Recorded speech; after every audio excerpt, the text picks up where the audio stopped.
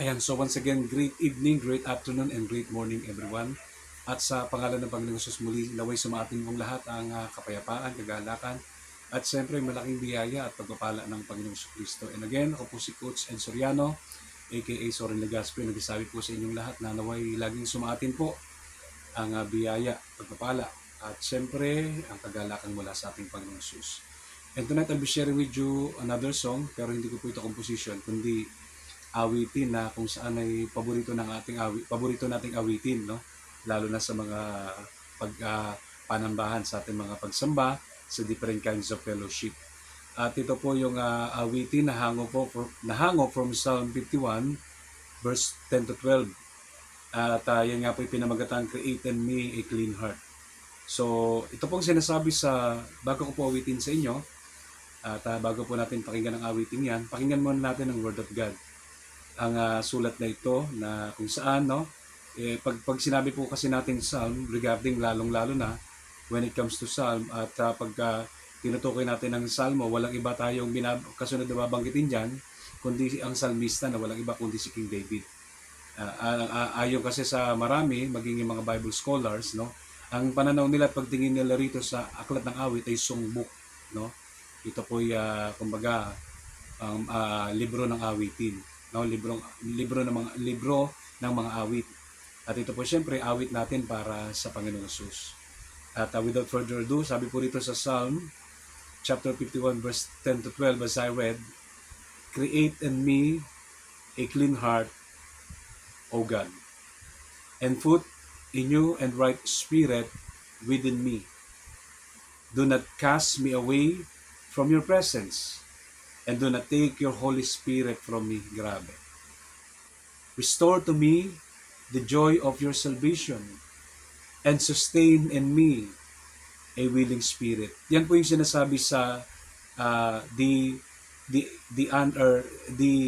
po sa NRSV yan, which simply means the New Revised Standard Version. Pag sinabi natin NRSV, so it simply means New Revised Standard Version. At dito po sa madaling unawain sa Magandang Balita Biblia, Aklat ng Mga Awit, Kabanatang 51 sa talatang 10 hanggang 12, sabi po dito is this, sa wikang sarili. Isang pusong tapat, sabi rito, no, sa aking likhain. Bigyan mo ako, O Diyos, sabi rito, ng bagong damdamin. Sa iyong harapay, huwag akong alisin. Iyong banal na espirito'y papagariin. Ang galak na dulot ng iyong pagdiligtas, ibalik, at ako po'y gawin mong tapat. So kung titingnan natin, no, ito po'y isang awit, no, isang awit na kung saan ng pagmakaawa, no, it's all about begging God. Na kung saan dito po ay ipinagdarasal ni Haring David, siya po'y namamanhi sa Diyos, no, sapagkat siya po'y nagkulang at nagkasala. Nalikain sa kanya ng Panginoon ang isang malinis na puso at isang matuwid na espiritu. At kung titignan natin, ito po ay nagpapakita sa mga mambabasa, no? Sabi dito, no? Okay. Begging God, no? It's all about begging God, create in me a clean heart and a right spirit. And it demonstrates, no, to the readers nang sabi dito na kung saan ito nagpapakita sa mga mambabasa na ang mga pakinabang ng kapangyarihan ay hindi gaanong mahalaga. No, hindi gaanong mahalaga kay David kaysa pagsunod sa Panginoon. So to speak, gusto talaga ni David na tumalikod sa kanyang kasalanan. Hindi niya nga lang alam kung paano niya gagawin. Kaya ito po ay napakagandang paalala sa atin. Nawa nga po ay tayo po ay maging katulad ni David, no, na grabe yung conviction ng God, the Holy Spirit. Sapagkat siya po kasi ay nirebuke ni ni Prophet Nathan sa kanya pong nagawang pagkakasala. At yan naman po ay hindi tinanggi ni David, no? Sa kanyang pagkakasalang nagawa, hindi niya po itinanggi ito. Bagkus siya po, no, ininais niya na talagang tumalikod sa kasalanan. Yung nga lang, di ba? Hindi natin alam kung paano. Pero ang Diyos naman na nagtuturo. Sapagkat sabi nga ng Bible, no? Titingnan natin, we know that the law is spiritual, Romans 7:13-14, but we are a carnal. Diba? May kasabihan nga tayo, gusto ko bumait, pero hindi ko magawa. Gusto natin kumawala sa bagay na yun, pero hindi natin magawa. No? At yung bagay na yun, na kung saan nais natin kumawala ay walang iba kundi ang kasalanan. Pero alam natin na sa every problem, sa every struggles, no, natin kinakarap, there is a solution. Lalo na kung yan po idadali natin sa Panginoon. Kaya nga nawa, no, sa pag-awit natin ang awiting ito, atin din pong damhin, bigyan kahalagahan ang mensaheng ito. God wants us to have a pure heart, a clean heart. Kaya nawa nga po, no, sa pamagitan po ng awiting ito, tayo po ay mapagpala. Tayo po ay pagpalain ng Panginoon. Yan, thank you Jesus. Thank you Lord. So this song was entitled, Create in Me a Clean Heart, O Lord.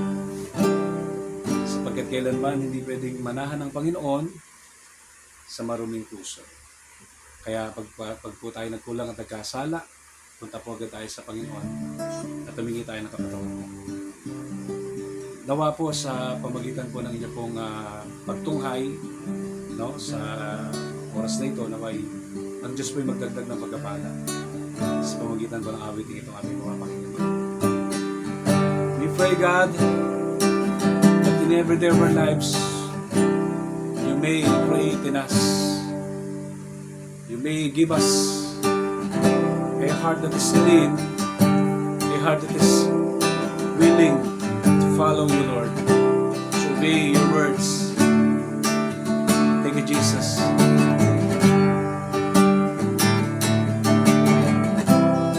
Yeah, yeah. Create in me a clean heart, oh God, and renew a right spirit within me. Sing the song, yes, glory to God. Create in me a clean heart, oh God, and renew a right spirit in me. Sing it once again. Create in me a clean heart, oh God, and renew a right spirit in me. Cast me not away from thy presence, O Lord, and take not thy Holy Spirit from me. Restore unto me the joy of my salvation, and renew a right spirit within me. Yes, we pray. Create in me clean heart, oh God. Create in me a clean heart, oh God, and renew a right spirit in me. Create in me a clean heart, oh God, and renew a right spirit within me. Yes, cast me not away from thy presence, O Lord, and take not thy Holy Spirit from me. Restore unto me the joy of my salvation, and renew a right spirit within me. Create in me a clean heart, oh God, and renew a right spirit in me. Thank you, Lord. Yes, create in me a clean heart, oh God, and renew a right spirit within me. Yes, cast me not away from thy presence, oh take not thy Holy Spirit from me. Restore unto me the joy of my salvation, and renew a right spirit in me. Cast me not away from thy presence, O Lord, and take not thy Holy Spirit from me. Restore unto me the joy of my salvation, and renew a right spirit in me. I pray and we pray, Lord, that you cast me not away from thy presence, O Lord, and take not thy Holy Spirit from me. Restore unto me the joy of my salvation, and renew a right spirit within me. And renew a right spirit within me, oh God. And renew a right spirit within me. Nawa po ang Diyos po'y patuloy na magpala sa ating buhay, no, sa ating lahat, lalong-lalo na sa ating buhay paglilingkod. And may God bless you as you watch this video. And again, no, nice ko lang po kayong invite sa akin pong Facebook page. It is all about be a blessing, spread the good news. At yan po yung napapanood nyo ngayong oras na ito. Diba nga po, patuloy nyo i-follow maging aking Facebook at ganoon din ang aking YouTube channel. Sa mga hindi pa po nakakapag-subscribe, please do subscribe ang aking pong YouTube channel. I-search nyo lamang po, i-type nyo po ang Coach Ed Soriano.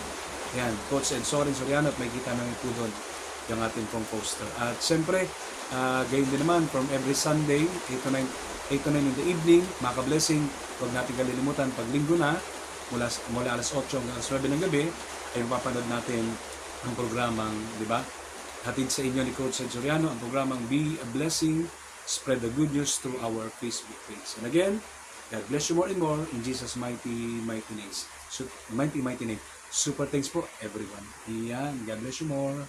Thank you, Lord.